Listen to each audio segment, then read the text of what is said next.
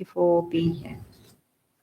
I will be your co-host today alongside my colleague, Jennifer Ma, who is the Dean of the Faculty of Health Studies, and together we'll walk you through what's going to be happening today. So we'll be your MCs. Thank you for being here. Yeah. I'm so much shorter than everyone else, so yeah, you can hear me though, okay? So I am Jennifer Ma. I'm excited to be here in our second health challenge, so that's fantastic. And at this time, as we get started, I'd like to invite our acting president, Jill Matthew, to say a few words to start us off. So Jill?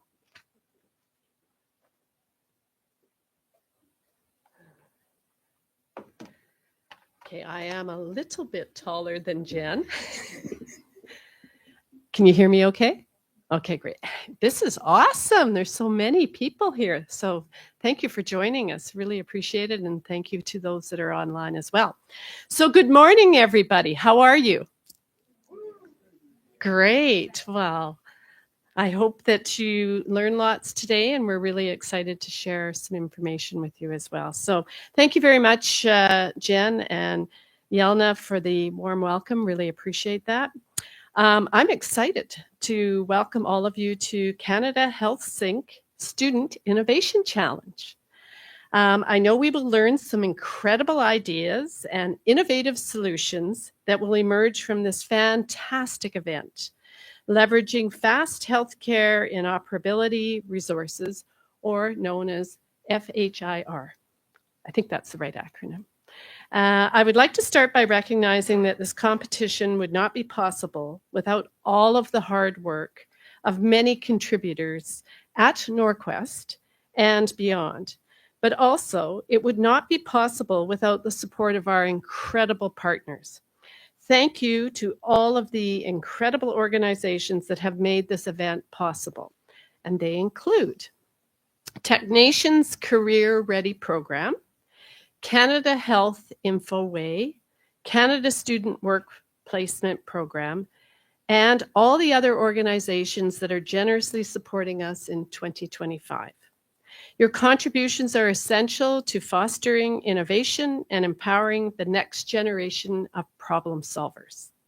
I am also thrilled that we will be joined by some leading experts in Edmonton's vibrant innovation ecosystem.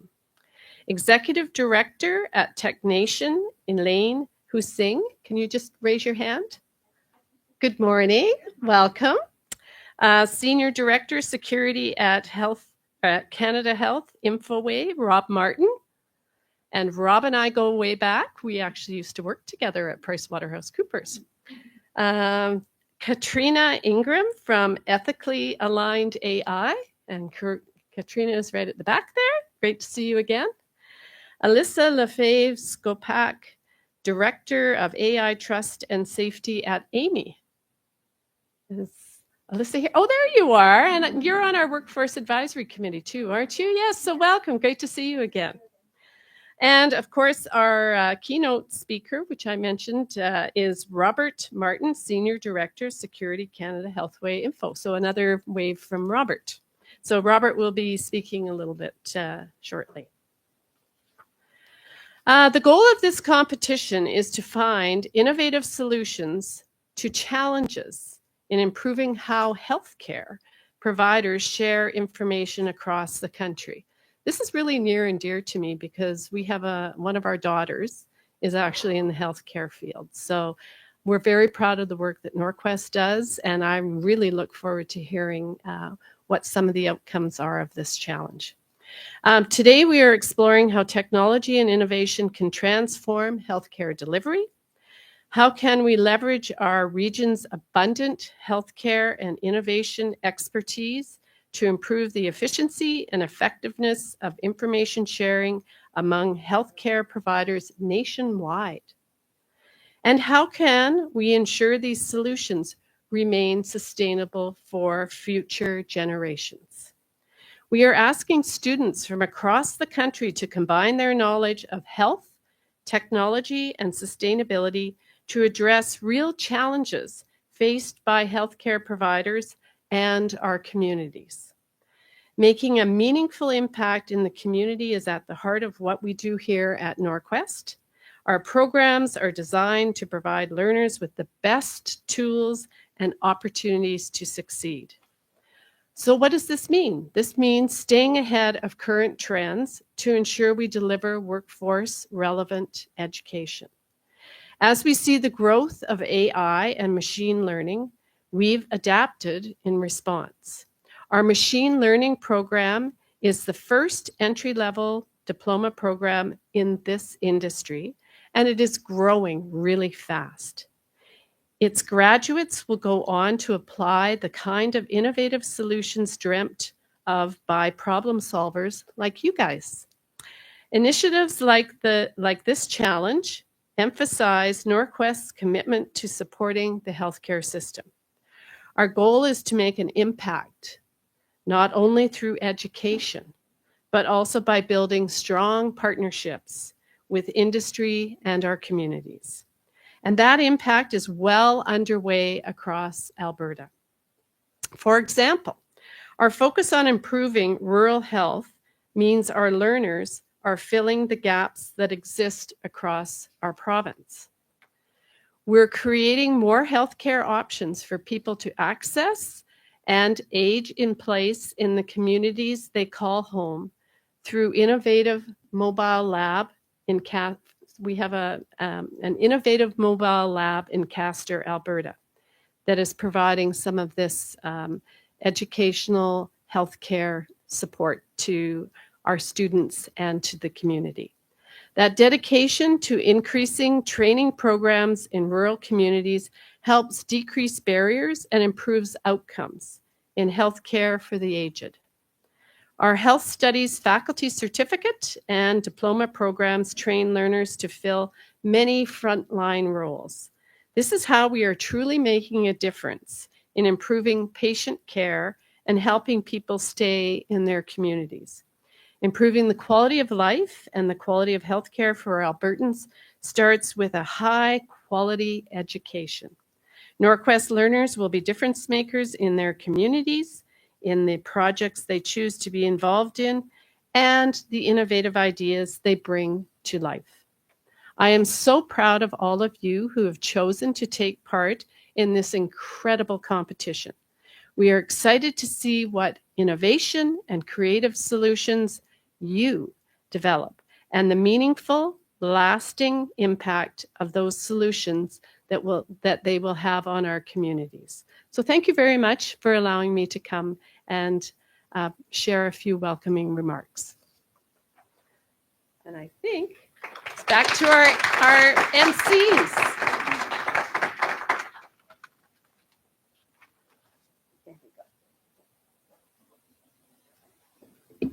All right. Get back. While Mariam's doing that, maybe I'll just do a bit of this. Oops. So thank you, Jill, so much for these welcoming remarks. I would now like to welcome and introduce Brett Hotus. Brett currently serves as the Executive Director of Future Workforce Development Strategy at TechNation, which is Canada's largest technology industry association. He has led the organization's student work placement program, which Jill referred to, its Careers Ready, for the last 6 years, stewarding over $250 million in funds from the Government of Canada to ensure that young Canadians are met with equitable and inclusive career pathways into STEM careers. He and his team are currently focused on work-integrated learning programming streams that focus on AI and indigenization. Brett.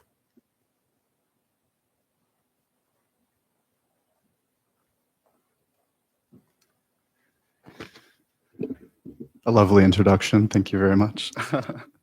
Bonjour. Hi. Tanishi, everyone.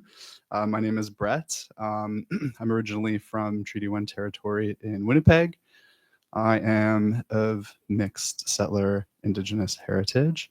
I'm Red River Métis through my mother's side and Irish Ukrainian through my father's side.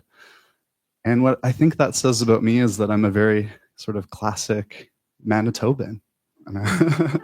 And I always love coming to Edmonton because I sort of see Edmonton as a sister city to Winnipeg. Like there's just lots of similarities.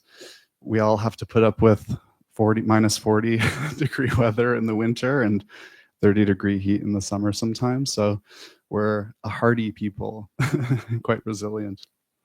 And yes, I work for Tech Nation. I lead our Career Ready program, which is the initiative that has sort of linked and brought us all here today. And we are pleased to bring you the Canada HealthSync Student Challenge. And I as well would like to begin by thanking our partners here at Norquest College for hosting us, for being really incredible partners, and for always taking a partnership approach to this relationship, which has brought us into our second year of planning really compelling and interesting student challenges for you. And that goes right down to the logistics and all of the event planning and coordination that goes into making this happen. As well to the event sponsor, Canada Health Infoway, who really is spearheading a lot of the conversation that we'll be hosting today and is central to this challenge. And as mentioned, but I just always really need to reiterate, because they've given us $250 million to make some really, really incredible and impactful work. But this project is funded in part by the Government of Canada's Student Work Placement Program. So to bring everybody up to speed, we'll do a quick little level set on the state of health data interoperability in Canada. There is very limited interoperability across our entire healthcare system, or healthcare systems, as Elaine might point out later. Patient records are not easily accessible to patients or providers. I'm from Manitoba, I mentioned. I lived in BC for a period of time. I moved back to Manitoba. I moved to Ontario, and now I'm back in BC, and I live in Vancouver. And, you know, my healthcare file does not follow me around to all of those different places, which is, you know, quite challenging. And I wonder about, you know, my own health safety and security sometimes based on that. Although I'm very blessed to be in good health, you know, there are a lot of folks who need that level of detail. There's a lack of consistent data sharing frameworks, which I'm sure we'll get into as well, which certainly does impact patient safety, as I mentioned. And central to this conversation is Bill C-72, which is a bill that was introduced. We'll talk a little bit more about that, but essentially to help remove some of the barriers to data access and data flow, and to develop interoperability standards across Canada. An overview of the bill itself, it's called Bill C-72, Connected Care for Canadians Act, was introduced to Parliament to enhance data health interoperability and enable digital adoption. I think that's another sort of focal point of this within Canada's healthcare system. It would help ensure that IT vendors are brought into this process, and they wouldn't, to enable the interoperability, of course, but also to ensure that there is no participation in what is called data blocking. And data blocking is just something that refers to any practice that prevents, discourages, or interferes the access, use, or exchange of electronic healthcare system, electronic health information. Hope I got that right. And I'm sure that'll a good definition of terms for y'all for right now, because it's going to come up in the panel discussion that we have for you later today as well.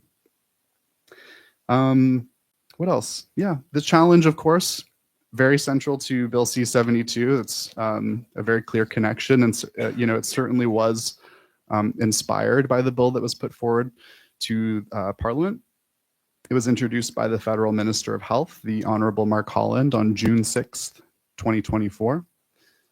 I can remember reading about the details of this bill probably sometime in July, maybe by August.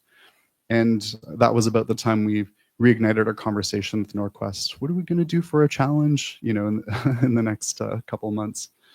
So that just sort of paints the picture, doesn't it? Like, we've been putting in a lot of thinking and planning to go into this challenge. And of course, there's been a lot of recent political developments that would certainly be impacting any bill in with the House right now. So some of you, I'm sure, are wondering what's going on with the prorogation of government, and how does that impact health interoperability in this particular bill in Canada. And we look forward to bringing you more details of that discussion in the upcoming panel.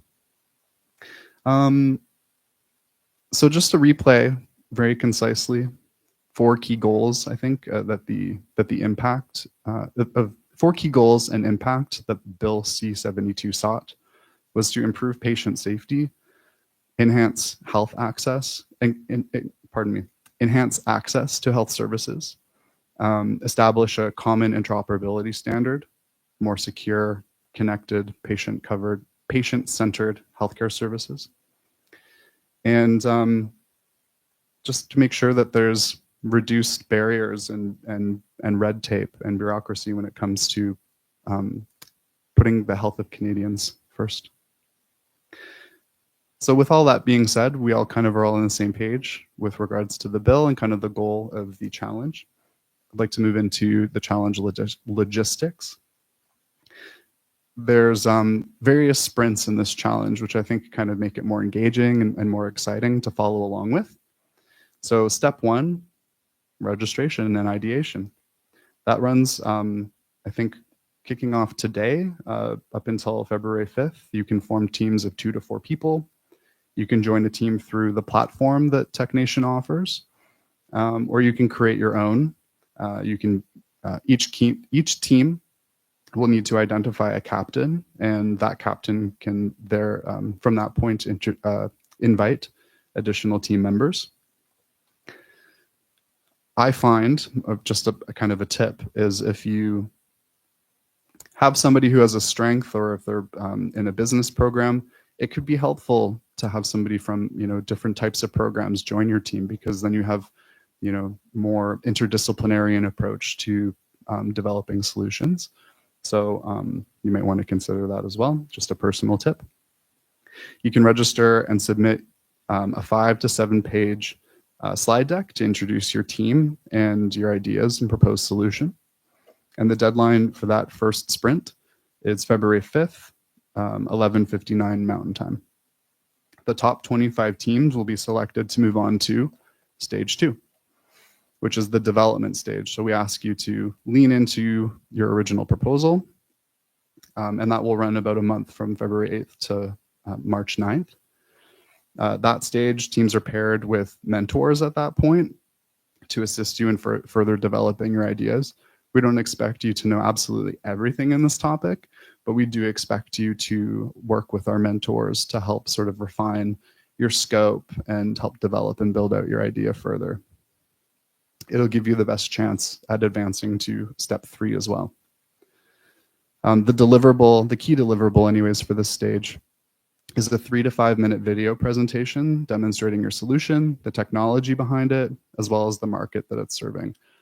So that, again, those are different outputs that require different, disciplines and, different types of people that have different strengths based on their programs of study. So, think of that and how you can best leverage that and make that serve you.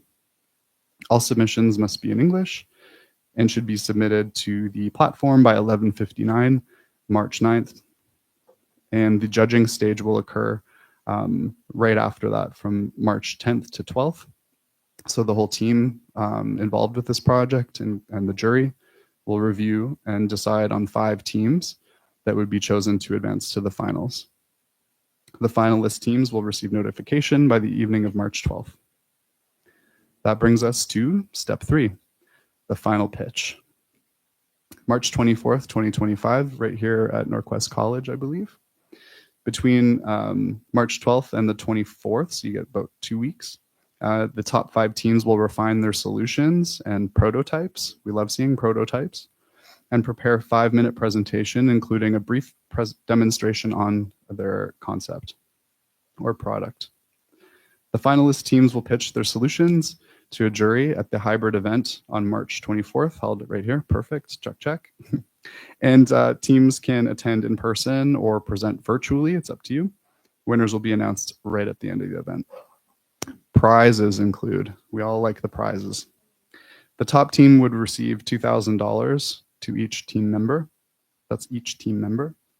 Second place is $1,250 each, and third place is $750 each. So a lot on the line. And before I turn it over, I just want to also mention I'm just fascinated with this particular topic, and I think it's probably one of the most interesting and unique challenges that we've developed over the years, and we've done probably over 60 over the last 6 years or so. And I really see it as an opportunity for you to start sort of thinking and playing in this environment. Yes, the progress of this bill and of this interoperability policy has been slowed down by the prorogation of Parliament. But you're ahead of everybody doing the thinking behind what is this going to look like? How do Canadians stand to benefit? And by the time you graduate, by the time you get a little bit of experience in the workforce, before you know it, you'll be working for PwC or something, and you'll be the ones actually working with the government and all of these consultants, like making this actually happen. And you can look back 5 years, 10 years ago and say, I was thinking about this a long time ago. Here are my thoughts. So that's all I have for right now for logistics. I think we have a few more words to share before we move into the panel. Thank you for your time.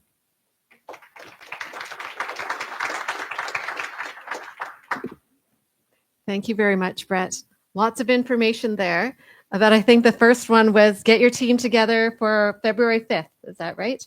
So yeah, look at your interdisciplinary team, I think is what Brett was recommending. So you have some different ideas and different disciplines there, and it'll make it more robust. So thank you, Brett, for sharing all of those timelines and the background related to it. And now I'd like to introduce our speaker, Robert Martin, who is the Senior Director, Security at Canada Health Info Way. So Robert. I'll adjust it, sorry. Thank you very much. It's great to be here. This is something that is very near and dear to my heart, something that I quite get excited about, just like Brett. I'm going to try and keep this to 5 minutes and hold me to that. In probably early December, my friend and co-panelist in a couple of minutes, Katrina Ingram, mentioned that she was working on this event, and she thought that it might be interesting to me personally, but also to the organization I work for, Canada Health Infoway. And within about 30 seconds of reading the pamphlet and the information that was already published for this event, it seemed absolutely that we need to be involved. And it's right in line with what Canada Health Infoway is all about, which is probably a question that a lot of you have. So about 20 years ago, the federal and provincial and territorial governments in Canada came together and formed Infoway, which is a not-for-profit organization, gets its funding from the federal government, just like TechNation. We are governed by the ministries of health from the provinces and territories. They tell us to advance the cause of interoperability in healthcare in Canada. The first iteration of Infoway back in 20 years ago or so was a bunch of money to advance digitization of diagnostic images, so x-rays, etc. The next iteration of Canada Health Infoway was to design, implement and continue to govern a national electronic prescribing service called Prescribe It.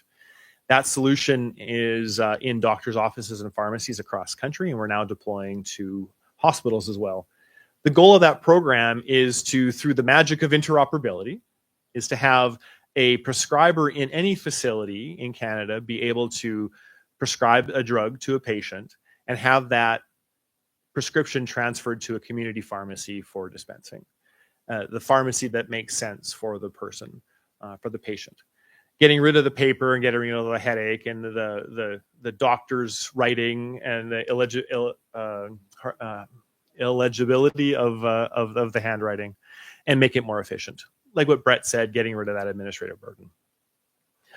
We had lots of success with that and continue to deploy that solution. But a couple of years ago, our board of directors said that we really need to be advancing the cause for cross-continuum of healthcare interoperability in Canada.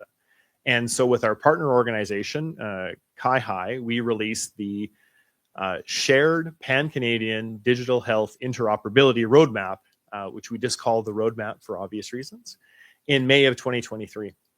And that outlines a lot of what is now codified in Bill C-72, the Connected Care for Canadians Act, which is around ensuring patient access to information, reducing the barriers for the providers, working with Indigenous groups, working with patient and caregiver groups, but also working with vendors and industry partners, which is where I think the connection comes into this event.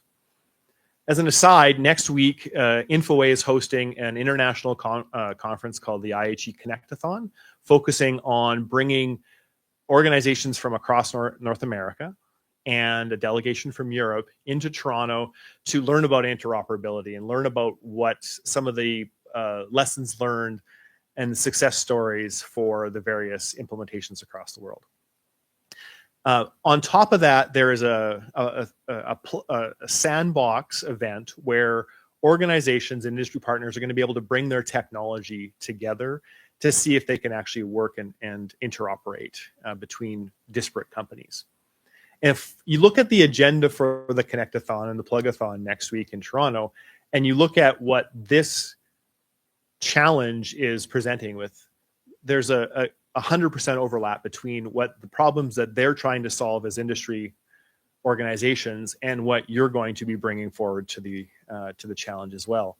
So the problems that you're working on are the same problems that are being worked on by vendors in Canada, United States, in Europe. These are the problems that the governments want to solve. These are the problems that the healthcare providers want the assistance on to reduce that burden in their environment. So it's extremely exciting. I'm looking forward to seeing all of the energy, enthusiasm, and the innovation that you can bring to this. Like Brett said, this is something that is a long-term journey. This is not something that's going to be solved in one challenge in 1 year. But I think this is a great start for your careers, and I look forward to working with as many as you as possible and seeing what you bring forward. So thank you very much. Good luck, and looking forward to working with you. Thank you.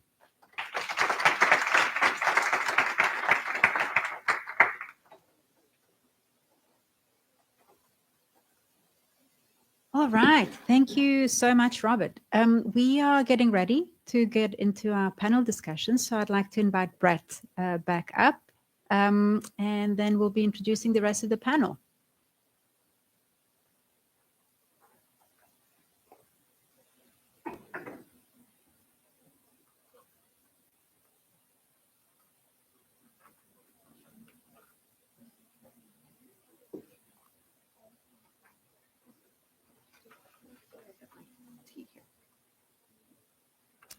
Okay.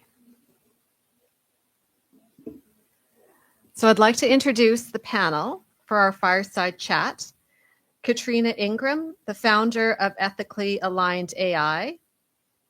Elaine Husing, the executive director of Health Tech Nation Canada. Robert Martin, the senior director of security, Canada Health InfoWay. And Alyssa Lefebvre, sorry, I apologize. Director of AI for Trust and Safety at Alberta Machine Intelligence Institute, otherwise known as AMI. Thank you all for coming up for that. Yeah.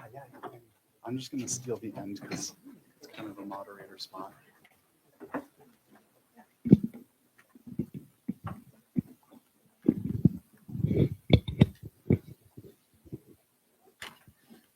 Perfect. And I was given time in advance to get this microphone fired up, and it sounds like I'm coming through clearly to the audience. Excellent.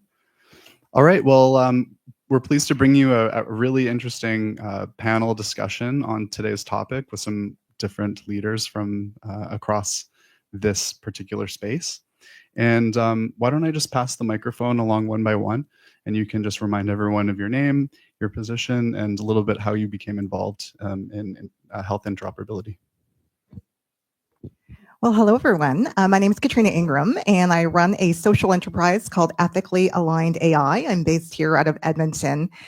How did I become involved in this? Well, it started back in 2018 when I went back to school to do a master's degree and found myself really getting involved in the world of AI ethics and responsible AI.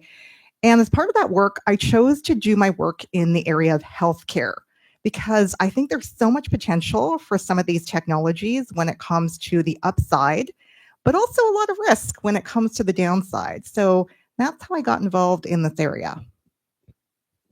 Hi, everyone. I'm Alyssa Lefebvre-Schkopitz. I'm the Director of AI Trust and Safety at Amy. I've been kind of similarly in the AI space for close to 5 years now. I worked at Alta ML, I worked at the Responsible AI Institute, and joined Amy at the beginning of January. And my portfolio has had a lot of focus on health.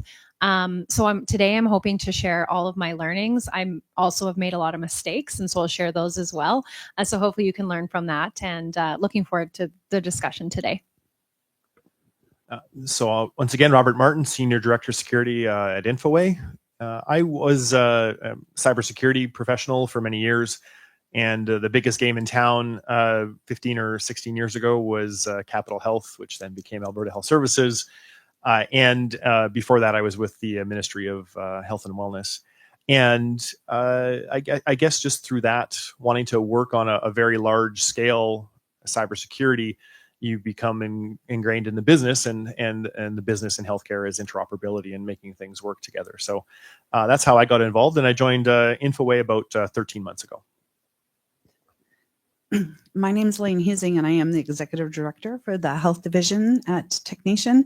I have done this kind of work all my career, so it's now spanning over 35 years. I didn't think I would stay all that long, but I just am very passionate about it. It's working with great people like this, and something like AI comes along, and it's just like, whoa, whole new spin on things, right? So, so I've been working with a bunch of stakeholders from across Canada since the beginning that we started talking about the importance of interoperability that goes past decades. And we're going to talk more about, some of the obstacles that we've come across and where we are today. So I'm excited to hear from all of you and learn from all of you. Thanks. We'll have to pick up on a social enterprise conversation because my connection to Edmonton is my master's degree had a satellite campus at NAIT. And so my master's is an MBA specializing in community economic development. So to pick your brain later. And excellent. Well, thank you for your introductions, and we'll move into the first question, which I think sets sort of a very good foundational context. What are some of the most significant obstacles to achieving health data interoperability despite having the technology for decades? I call that a popcorn question, so anyone can kind of pop in and address that. It's really one of those, technology is the easy part, I think, is what you have to really recognize. And we've had technology to make these things work for years, maybe decades, definitely decades. The real issue from my perspective is the willingness to make it work, right? The fact that we as security people need to protect data, but we also have a mandate to really be enabling the sharing of data. And I think that perspective of protecting and holding things back is counterintuitive to interoperability. And I think we need to understand that there's risks to manage, but there's also a massive benefits. And I don't think we can get where we need to go with healthcare in Canada if we don't share the data. Go on. Did you want to go? Okay. I think of two things. So number one, data is also very hard. It's a mess. And when I think of kind of the multimodal nature of AI and the way that data is structured, we have so many different types of things that we can use and that we can share, that it's actually, the technology exists, but it's also somewhat challenging to manage all the different types of data and make it consistent, especially when you want those really big impacts. And then the second thing, and this goes to like mistake number one that I'll share from my experience, was it's really challenging to align incentives, right? So asking people in a stressed health system, they're overworked, they have a lot to do, and this is often something that's off the side of their desk or on top of the work they're already doing. It's really challenging. And I was very naively one time, I was like, think about how many more patients you can treat. And they're like, I can't even treat all the patients I have.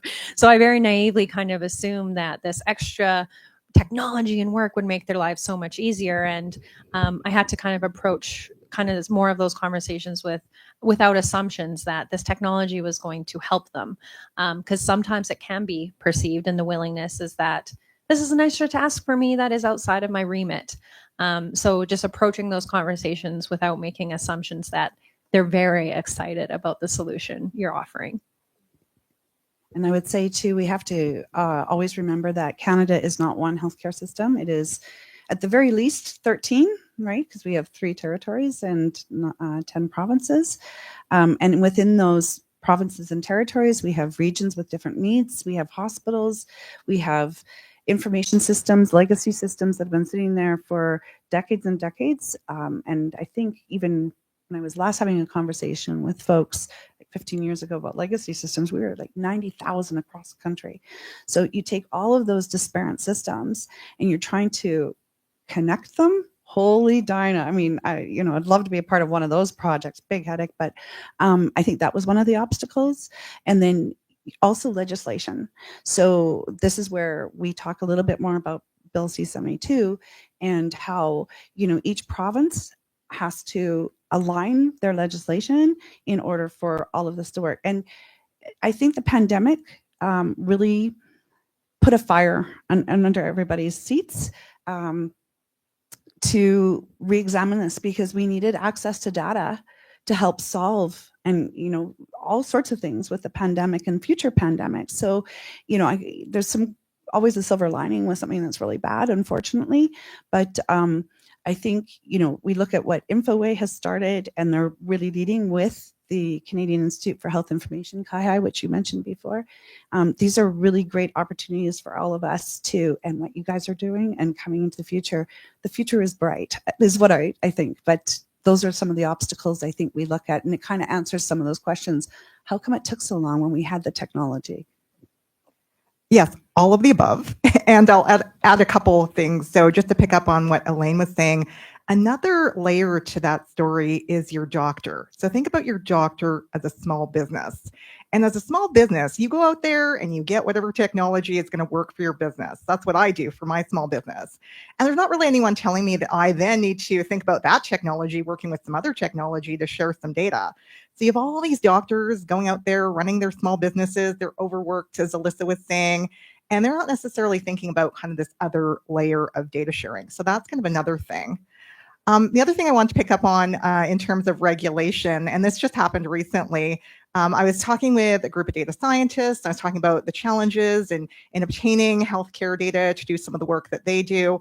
And they went off about lawyers and privacy laws and all of these kinds of things, which I think, have some benefits, absolutely some benefits for all of us in terms of adhering to the principles of privacy, but also are causing some real challenges in terms of how do we actually think about sharing data. And so I think that's another practicality in this. So there's all these other actors that have their role to play. And in some cases, that can also present another barrier. I'd just like to further comment on the physician situation, because that was a huge barrier. And that was something that was really concentrated across Canada. Alberta did a physician office systems program back in the early 2000s. And that was to make sure that we had some type of certification for different EMR vendors that were selling to the office. But that cost, and it's a really good point that you made, that cost is bore by the individual doctor who runs his own business or her own business. And so another barrier to sell. How much more do I need to invest? I got to pay for my own receptionist, my IT, my, et cetera. So really good point. So yeah, I think what I'm hearing is that it's kind of, maybe there's some irony to it, but we have had the technology for forever, but we live in a nation where our privacy and our data is so the security and privacy of everyone's individual data is paramount. Like, I think I've read studies or have seen countries ranked, and Canada's among the top nations for protecting privacy of its citizens. But at the cost of reduced innovation, and as I was saying kind of off the top, like we're compromising now potentially health prosperity, right, of the individuals. So, with regards to privacy and ethical considerations, when we think about the data, what are the biggest privacy risks associated with health data sharing? What, the government wants to protect us, like it makes sense. Of course, that comes first. But what could be a worst case scenario if these risks aren't mitigated? And maybe I'll begin and direct that question to Robert. You're providing your data to your healthcare provider, your doctor, your pharmacist. There's a trust relationship that you have with them as an individual, with them as a professional. And what happens if that data leaves that clinic and goes used somewhere else? Or if it's amalgamated into a larger system and then somehow it gets re-identified to you. The issues here really are just around losing that control of the data. You as an individual, not necessarily as the providers, but where is your data? Who is it being accessed to by? There was a story maybe 10 days ago in the United States where lawsuits were going towards General Motors for all of the data that they were selling to insurance companies of how many times you slam on the brakes of your car. And so A, they didn't know that the data was being collected. B, they didn't know it was being sold. We obviously know when we go to our healthcare providers that our data is being collected, but we probably should have an idea of where the data is going, right? And if we don't have that idea, that then raises the concern of, not understanding if something like that General Motors issue with the car insurance is happening. And I think from a privacy perspective, it really is providing that trust so that people are comfortable with the fact that their data is going to be used in responsible ways for bettering the system and for providing care, not for things like advancing, a private sector interest. This was many years ago now, I think 2019. There was also a kind of a scandal called Google Nightingale. And it was one of the second largest healthcare system in it was a US example, but they basically sold a bunch of personal health data to Google to use for AI, which is kind of my lens. And people didn't know, and it wasn't actually uncovered until there was a whistleblower. And so there's also this, risk, I think maybe not so much within a public healthcare system in Canada, but that it is used for ways that aren't intended. Like health insurance risk assessments or things like that. I think it's good we're kind of talking about now these practical real world examples. And Elaine, I wanted to ask you if you could share any real world examples of how integrated health systems and data sharing could have improved outcomes for patients, researchers, or healthcare systems. Oh yeah, I can, and actually, it's close to your heart as well with your colleagues at InfoWay. So we have something that we call, and Robert would be able to speak to patient summaries much better than I could. You can see he lives and breathes this stuff with his colleagues, but patient summary. So when we talk about patient summary, and Canada Health InfoWay, along with Kai, been working on this along with the other stakeholders. So that would include ministry people, CIOs that run hospitals and digital health teams, technician members that are technology vendors. Patient summaries are put in place, and it's really I think as students going into this challenge, you should really kind of look these things up and really become knowledgeable about them. So a patient summary is the collection of data that is a minimal set. So a real life example would be you broke your leg, you were skiing in, I don't know, let's say Whistler, because we're all from Edmonton right now, right? And you go into the walk-in clinic or the emergency, they're able to pull up what we call your patient summary. So we don't need to know that you had your appendix out when you were 16 or that you had the chicken pox or anything. That we need a minimal set so that care provider can provide you with the safest, most efficient health care to fix you, to give you these acute care healthcare practice, and also minimize costs in doing that, all that kind of stuff. And in about 2021, Canada and the other G7 countries. So we hear a lot about this in the world, in the news. The G7 countries committed to working together to put together an international standard of what that minimum data set would be. So imagine now you're skiing, because I'm thinking we all won the lottery and we're all skiing now in the Alps or something, or enjoying a nice vacation. You go into that emergency department in France. This is the potential of pulling up that same minimal standard set so that care provider can provide you with the best possible, safest healthcare and have best outcomes. So that to me is, I mean, I get all excited just talking about that stuff, but that's the outcome, right? Because at the end of the day, it's about you, the patient. And I want you to keep that in mind as you think about this challenge. It's about the outcomes to the patient, to you, to your family. Yeah. And the International Patient Summary Standard is done, and so is the Canadian Patient Summary, Canadian version of that standard. So those do exist right now and are available on the InfoWay website. Yeah, and so they're on the website. That's a great resource for you to go to Canada Health InfoWay, start diving deep into some of this stuff. And also the International Patient Summary has its own sort of group now, and it's got its own website. So I really encourage you to learn more about this, because this is key to the success of interoperability. I was going to say, if you're taking notes right now, I would put like a big star next to that particular point, making sure that the data sets are reaching, the right people with just the right amount of information, depending on the case. Very, very important. And they're offering lots of different resources for you to cite as you're developing your solutions and prototypes. So we've been talking about Bill C-72, and it feels like there's been it felt like there was some stuff moving, and the Minister of Health, of Canada was the one that submitted the bill into the House, and so now, given that Parliament has been prorogued until March 24th, it's looking like we will be seeing an election called in due course thereafter. Can you comment on the state of that proposed bill? We know obviously it's kind of technically frozen or shot down for the time being, but maybe you could explain to us a little bit more about what might happen. Will it be reintroduced? Is it a priority? And maybe a little bit more about that data blocking and that was involved in that bill and what that pertains to. Oh, absolutely. So again, thank you, Brett, for that introduction. So the Bill C-72 introduced, really, just for clarity, that is just so that we can make a rule of assent. So we would have a law. Okay, it helps the Health Canada. It's the law, to have Canadians have access to their health stuff.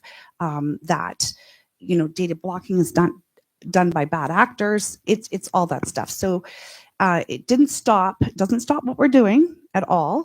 It just means that act, we don't know. It can't be passed. It went through, I think, the second reading, but it didn't make roll assent yet because it didn't get put to the floor. Now, Bill C-72 could either be reignited as the way it was written. If it's a new government, I doubt it. They'll want to tweak it to their own liking, but I think Robert will agree with me. I know Michael Green, your CEO, and Attila Farkas, the architect behind the interoperability roadmap, both agree with me that probably something very similar will be passed eventually, but now we're not looking at that till 2026. But I do know that the different, including InfoWay and other stakeholders across Canada, have agreed already that no matter what, bad actors are not going to be able to participate in this, that everybody that's involved has said, yes, we go ahead and we're going to, on the goodwill of what we want to do. There's a comment in that act currently that says vendors cannot block data. That was not to be interpreted that vendors block data, but it's to make it so that it's law that they don't. Okay, so let's be very clear on that. Any vendor that would block data would have no opportunity to sell their product ever again in this country. Nobody would want to buy their product, and I think they would be shamed into nothing. But so those are just sort of the highlights. I'm sure Robert has some more to add to that. It was very well received by all parties, and so I think we have a lot of confidence that regardless of what happens in the next election, we will have we will have Bill C-72 or something equivalent. And the thing I would add is that in any situation, whether it's AI or interoperability or any other sort of innovative technology, the vendor community wants certainty so that they know how to build towards. And once that bill was introduced, I think that signaled that there's the need for that, and that's the right signal. Whether the bill is passed or not, it's still a very large momentum swing for us. I wanted to ask Katrina this question. Healthcare data, or rather, I had a little bit of a spin off of the original question, so I hope I don't surprise you too much. But I wanted to ask, what is the importance of that control over the data sets? Like we were just sort of touching on, like who has access to what at what times, depending on the situation. And, especially when it comes to safety, quality assurance, quality control, and enhancing, I guess, outcomes for patient care. Yeah, so this reminds me, when I was doing my own research in healthcare and AI, and I was talking to people who were building these solutions, I always got a version of the evil insurance company story, which we've already touched on here a little bit. And it basically goes like this. And then some evil insurance company gets a hold of my data and I, get charged more. I can't get insurance. Something bad happens to me. And I think what underlies that fear is this idea that somehow our data, if it's shared with the wrong people, is going to get weaponized against us in some way. And I think that's the core thing that people are really concerned about. And so when I think about data sharing and all the benefits that we can get, as we've outlined what they are, how do we have this societal conversation to figure out what the boundaries of that data sharing look like? And then how do we protect people so that their data isn't weaponized against them? I think for me, those are kind of the core underlying issues in this discussion that we're having. Well, it's actually, I think, kind of a good segue into a question that I wanted to ask you is that, let me back up. I think one of also as speaking as an Indigenous person and working in future workforce development, everything that I do with my programs is so intersectional, and especially when it comes to working with Indigenous communities, like from a health perspective, from a training perspective, a talent perspective, from a workforce perspective, obviously. So I was kind of like to make sure that we are making sure that we center Indigenous communities and Indigenous peoples when we talk about data sovereignty and health, especially healthcare. So I wanted to ask, how does the concept of Indigenous data sovereignty challenge existing practices in healthcare data sharing, and what ethical responsibilities should guide these efforts? Yeah, I'll let Katrina talk about the Indigenous data sovereignty a little bit more, but I just think generally when we think about bias in data and historical bias in data and the way it's been collected in the past, there is a lot of mistrust in certain communities because it has been weaponized against them. And we've seen, I'll just use the AI perspective. First of all, I'm pro AI. I'm pragmatic about it. I think it can, and Katrina's point, like it can solve so many problems, but there are risks. And so because data can be historically biased and it's tough to manage, and especially if we don't have access to all the data we need from an interoperability perspective, we're at risk that decisions from AI tools deployed in the healthcare system can offer bias. They can offer bias against people of color, against age, historical data for research with women. Often, certain things won't be fair or equitable for different genders and sexes. So I think as much as access to data is really important, we have to understand the historical context of where the data comes from, and then the risks if it is biased when deploy it. We've also talked a little bit about, we have access to the data, but do we understand it? Do we have, I think from an AI perspective, again, we have to think about explainability or interpretability. So someone gets data, someone sees something, do they understand what it means? Do they understand the context? That's why this standard is so great, because knowing that there is one cohesive standard, you can train on it, you can learn about it, and you can understand what it is, what it isn't, and the context. And so sometimes we're fed data that we may not understand. And so in the absence of understanding or literacy, it's not actually as useful. So I think about those things just kind of when we think about equity and being able to leverage and maximize the utility of the systems and the data, and then hopefully eventually the AI tools that can improve our health outcomes. Yeah, so I think when it comes to the term Indigenous data sovereignty, it helps to unpack that a little bit and then explain why it's important. So let's start with sovereignty. So Canada's, country, the United States is a country. We make our rules, we say what those are, we govern our countries respectively. And so if you think about that in data terms, it means that we get to set the agenda about what happens with our data. And so we abide by those rules as a nation. And so when we add the term Indigenous to that, we think about the various nations across Canada, the First Nations that we have, and the ability for those First Nations to set their own governing rules as it pertains to data. So I think it's really helpful to think about this as a government to government kind of negotiation. So that's kind of the first piece. Why is that important? It kind of goes back to some of the things Alyssa was saying about historical inequities, situations where various institutions, including the government, have gone into First Nations communities to do research or to do some other things. And then some data is collected, and that data is for used for things down the road that aren't necessarily consented or agreed to. And so, especially when it comes to machine learning, which in a lot of cases repurposes data. So we go out there, we get data for purpose A, but we want to use it for purposes B, C, D, and E. And increasingly, because we need a lot of data, we're kind of looking at the ability to do that. This is why this conversation, I think, is really, it's been a conversation I think has been ongoing, but it's really coming to the forefront now. And so there are groups working on how do we fix that? How do we actually ensure that we have control over our data? It's being used in ways that align with what our community feels they want to have it used for. And so one of those groups, and this might be a write it down in your notebook moment, is the First Nations Information Governance Center. And they have a protocol called OCAP, which stands for Ownership, Control, Access, and Possession. And it's a framework, it's a data framework to think about Indigenous data sovereignty. So that's another resource for you as you're thinking about data sharing and what that means in an Indigenous context. Go for it, Aline. Oh, thank you.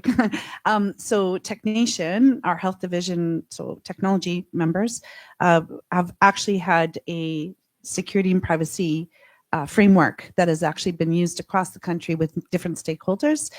We also wrote it under the, sort of a review by folks at InfoWay and stuff like that. But we also talk about de-identification of data. And I know Robert will be able to speak more to that. So I sort of whispered, would you be able to talk? Because I think you would find this very interesting.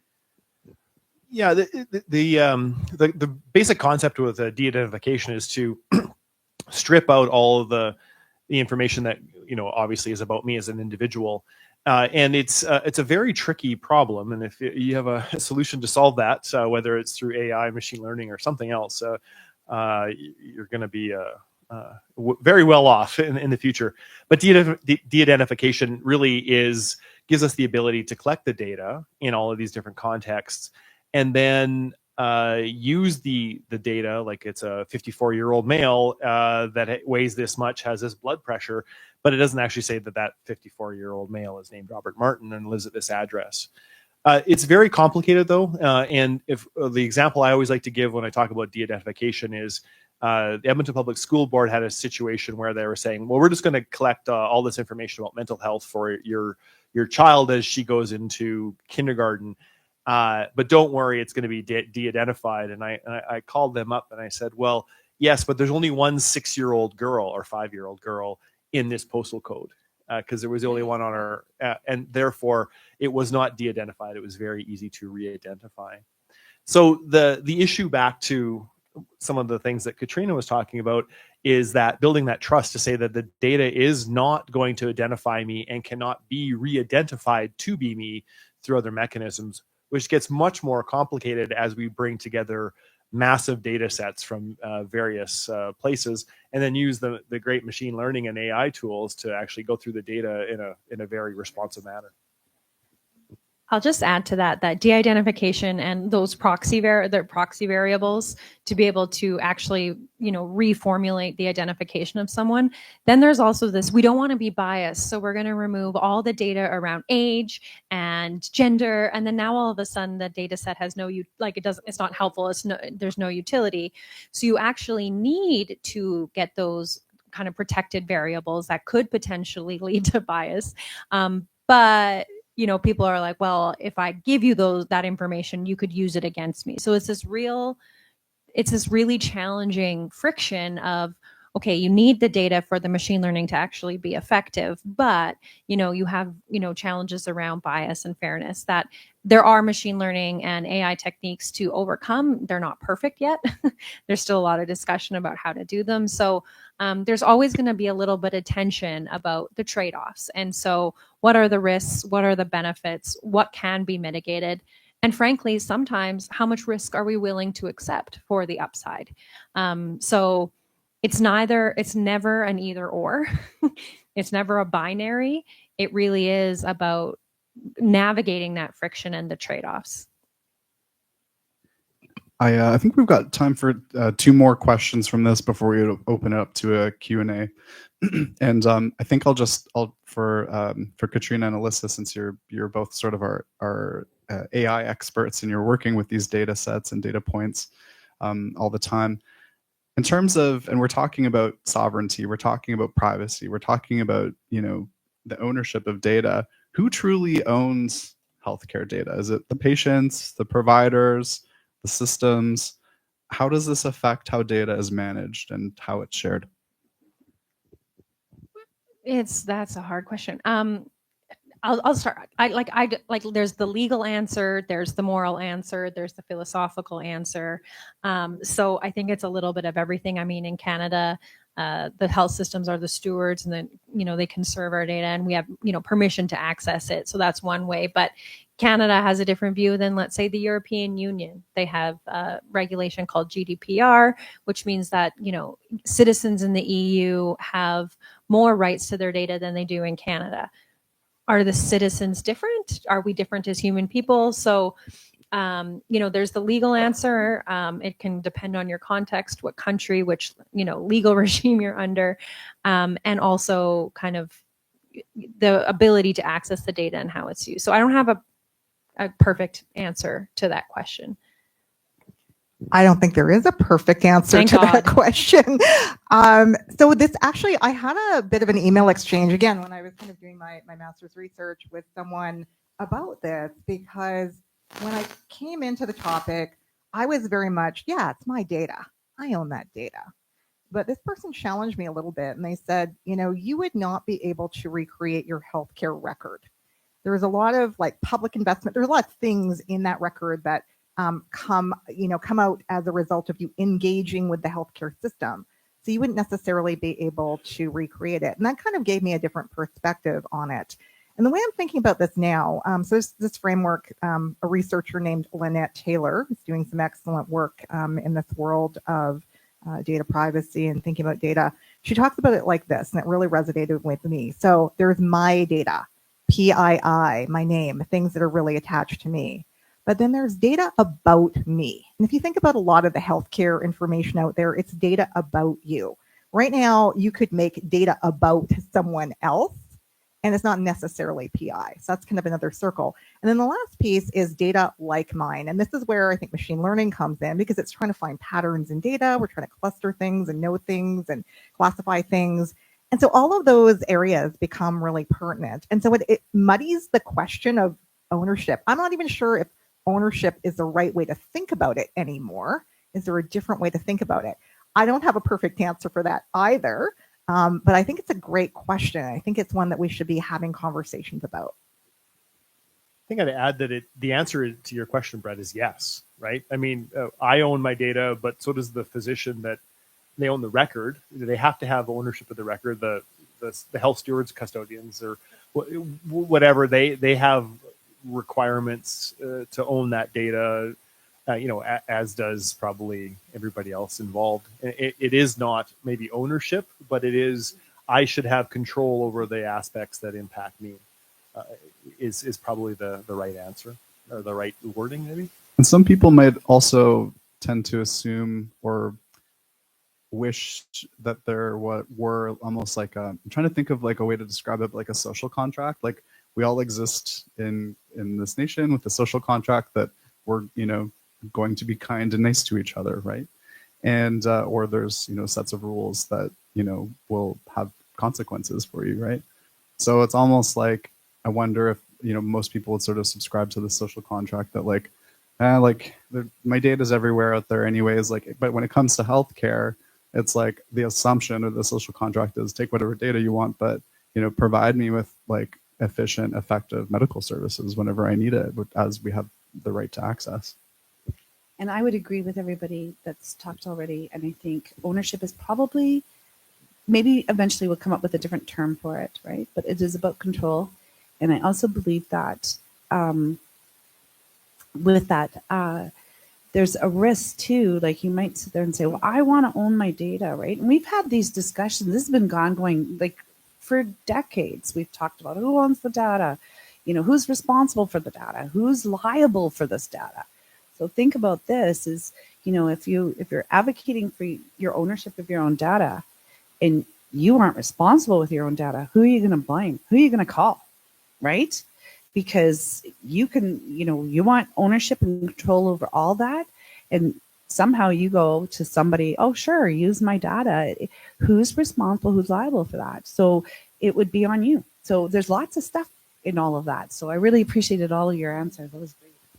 I just want to make a comment about social contract. It's really interesting. And I think it's going to come up more and more. Like I watched a video this morning of Sam Altman, who's the CEO of OpenAI, talking about how we're going to have to renegotiate the social contract.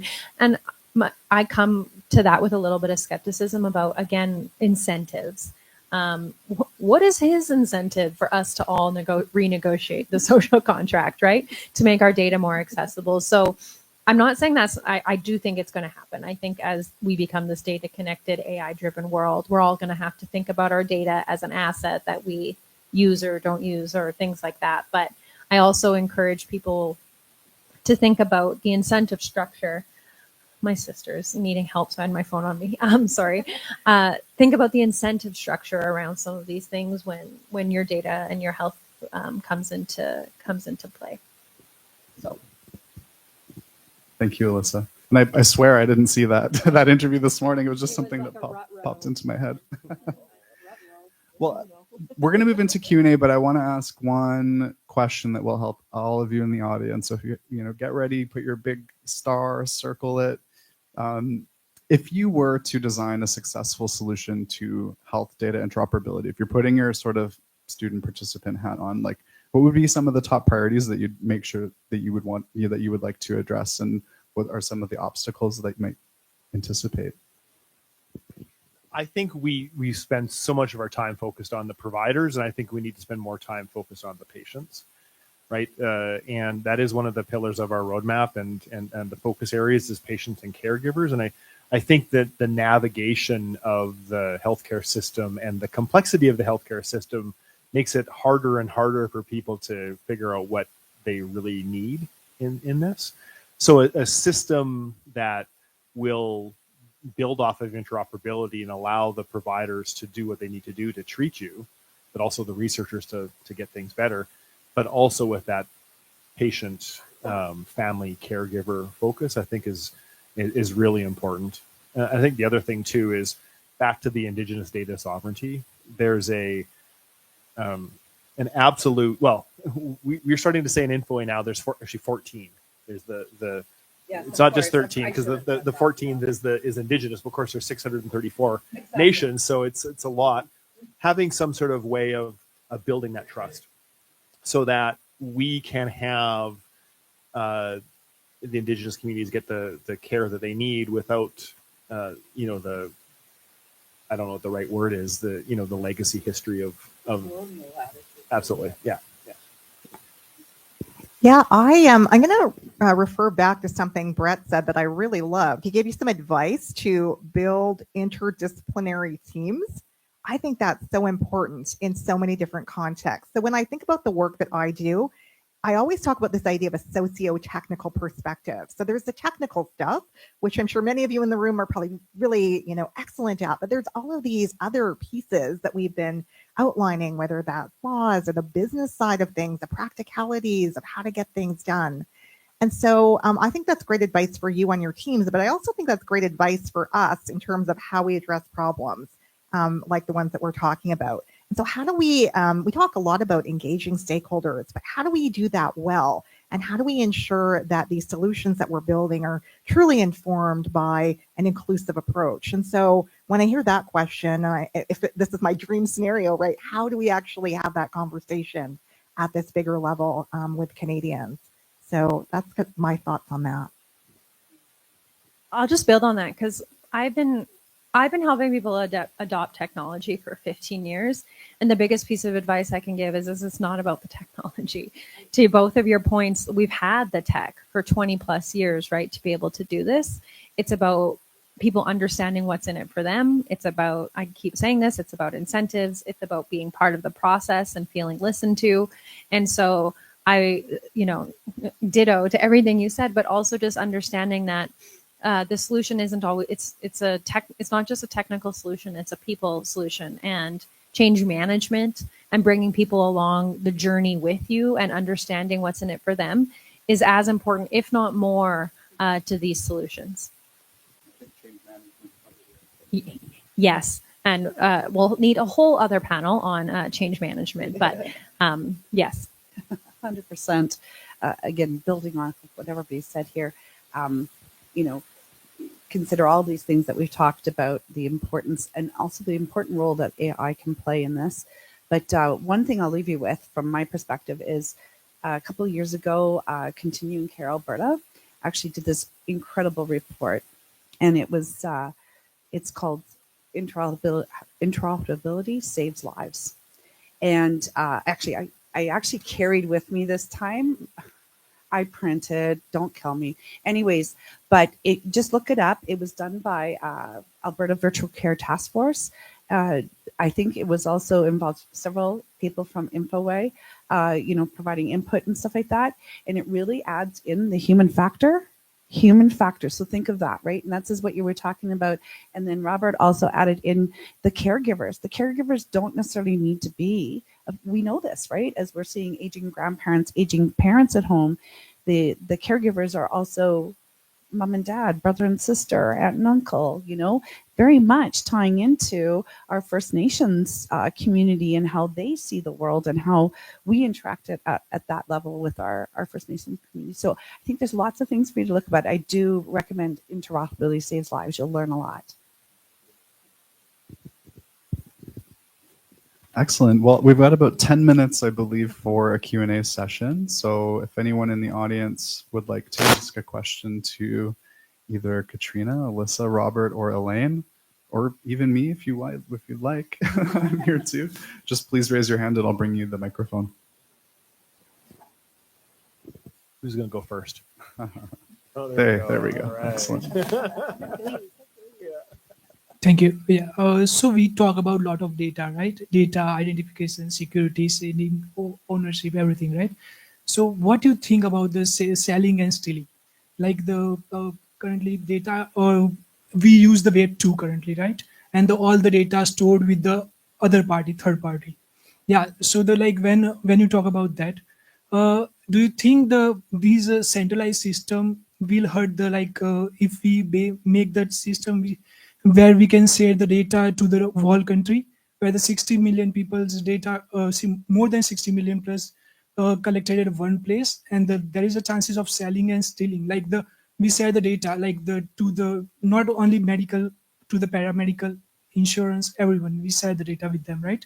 So you think that rather than using the centralized system, we can use the decentralized system to do that, like the Web 3? Yeah, I don't think we're ever going to have a single system. I think the theoretical, maybe the laws of physics maximum for the size of a healthcare system is probably about the size of the deployment in Alberta Health Services, right? That it just gets too cumbersome. I think Ontario is too big as a jurisdiction to have a single healthcare system. And so certainly we're not going to mandate a system that will be exactly the same deployment between Saskatchewan and Manitoba and Quebec or whatever.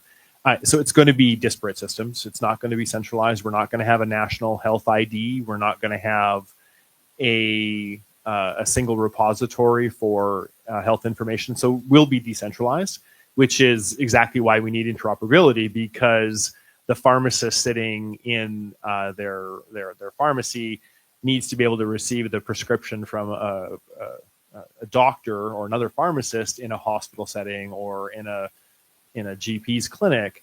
And those two systems aren't the same system. They have to be able to interoperate. So that's what I would say, is that we're never going to have that one single system. I just don't think that's going to work. Just to add to that a little bit from a technical standpoint, federated learning, that might be, I'm not sure if you're asking a technical solution or how are people thinking about this, but that's something that's come up in some of the work that I've done. And it's this idea that the data can remain where it is. We will apply machine learning techniques to know something about that data, and then we'll send that learned pattern back to kind of aggregate in the model. So that's kind of a way where the data can stay in these disparate healthcare systems, but we can maybe get the benefit of having that model learn from all of these different systems. What do you think about the Web3, the blockchain? Currently UAE and Estonia started making their healthcare system work with the blockchain. So like there is a totally decentralization, there like ownership with the patients. So if they want to share their like whatever information with the doctor or anywhere, they can share it. Otherwise, like it's okay. Like in a situation where you have a small population in a small geography and you have the political will to disrupt every system and rewrite every system, I think that can work. And I think the Estonia model is really an interesting model. We are 13 or 14 or many different health organizations, and the amount of capital that would be required to redo everything, we could probably solve every other problem in the country with that level of investment. So I think we're probably going to adopt technologies like that, but we're not going to do a wholesale Estonia type model of rip and replace. I don't think. I don't see that at all.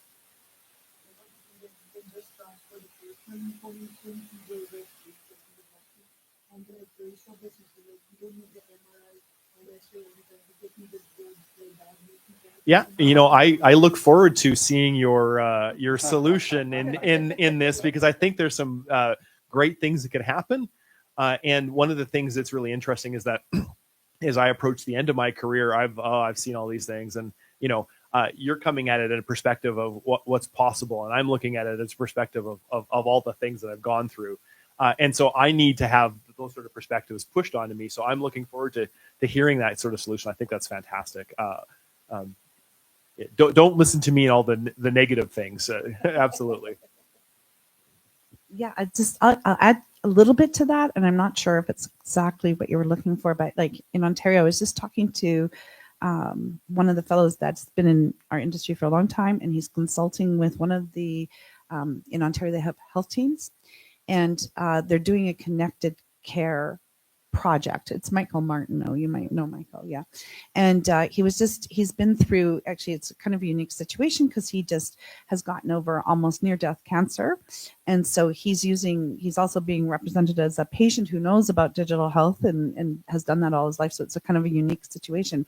He's working with these things, and it was one of these things where, every time we went to a different specialist, because in Ontario, it's much more decentralized than it is here in Alberta. Alberta and BC we're very centralized comparatively, okay, not that it's 100%. So in Ontario, he's working with his clients, but in his mind it was like, he went to another specialist and they're saying, well, we need to get an MRI, and he's like, I just had one.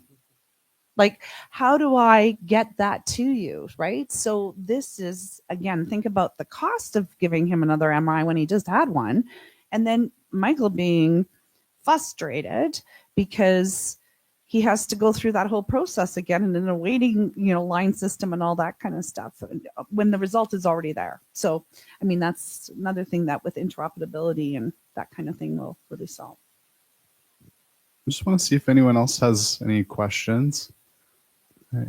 Well, I might, yep. But I also just want to say, like, just off of the first question, we're looking at like an analysis of foreign countries' healthcare system. We're talking like Web3. We're talking blockchain. Like, it is on, everyone. So, thank you first of all, and just to identify the bottleneck, if I understood correctly, as you mentioned, there are multiple complex healthcare systems that are currently being used all over Canada. And what our goal is to, are you looking forward to like a ground up system, or how do I put it? An upper layer system just to connect all the multiple healthcare systems that are already being used. There was a question that, in the that Marianne had on the screen here. I don't know if you can get that back up there. There was a question up on the screen that said, I can't remember exactly the wording, and it sort of just gave that generic answer. And it doesn't have to be bottom up. It doesn't have to be a top layer. It can be whatever, right? The ecosystem, if you want to use that term, is complicated and filled with technologies. There isn't any one right answer. People are going to bring their perspectives to this. People are going to bring what they know from a technology perspective and their skills outside of technology to solve the problem. And I don't think there is any sort of rote way of saying that it has to be a certain thing. I don't think anybody's going to say you have to do it this way either. From my perspective and from Info's perspective, we're looking at this from an innovation opportunity, right? Again, don't look at me, the old guy that's, oh yeah, we can't do that. Look at it, it's like, well, how could we do this? Well, that's what you can bring forward. But and pay attention to the scar tissue, right? Like I think that you're being self-deprecating. It's fine. But I also think that it is good to examine where things have gone wrong or where there have, to your point, been bottlenecks, and being pragmatic about some of the approaches as well as like what is actually feasible given the constraints. Because we can, pie in the sky is amazing. We need that level of innovative thinking, but it's also great to be like, what are the realistic constraints of the systems that the solution will be actually, viable within the ecosystem. So I guess your lived experience is extremely valuable. I know you know that, but it shouldn't just bias. And the question there, how can healthcare providers improve how they share information across the country, right? There's no word in there to say by using this technology or this philosophy. Yeah. All right, we're at the end of our time. I'm sure a few of us will be hanging around after, so you're welcome to come up and say hello and introduce yourselves. It won't earn you any bonus points, but so I'll pass it over to Helena. Thank you, everybody in person here at Northwest College and those who joined us online. I love the enthusiasm and the questions and the probing. This is very good. I hope everybody enjoyed today. You got some of the sort of foundations laid. And I also like to acknowledge and thank our panel, Alyssa, Katrina, Elaine, Robert, and Brett. Thank you so much. Thank you, of course, to Tech Nation Canada and Canada Health Infoway. Our audiovisual support team, so Alan, Joseph, Ken, Kareem, and many more, and countless people who actually work in the background to make today possible. So a big shout out to them as well. We look forward to seeing you again back here on March 24th. So more information about that coming soon. There's a ton of detail and dates available also on the Tech Nation website. So please visit that. And those who are here at the college, enjoy lunch. Hope you can hang around, have some conversations, get to meet some of our panelists, those who can stay. And see you in about 4 weeks or 6 weeks.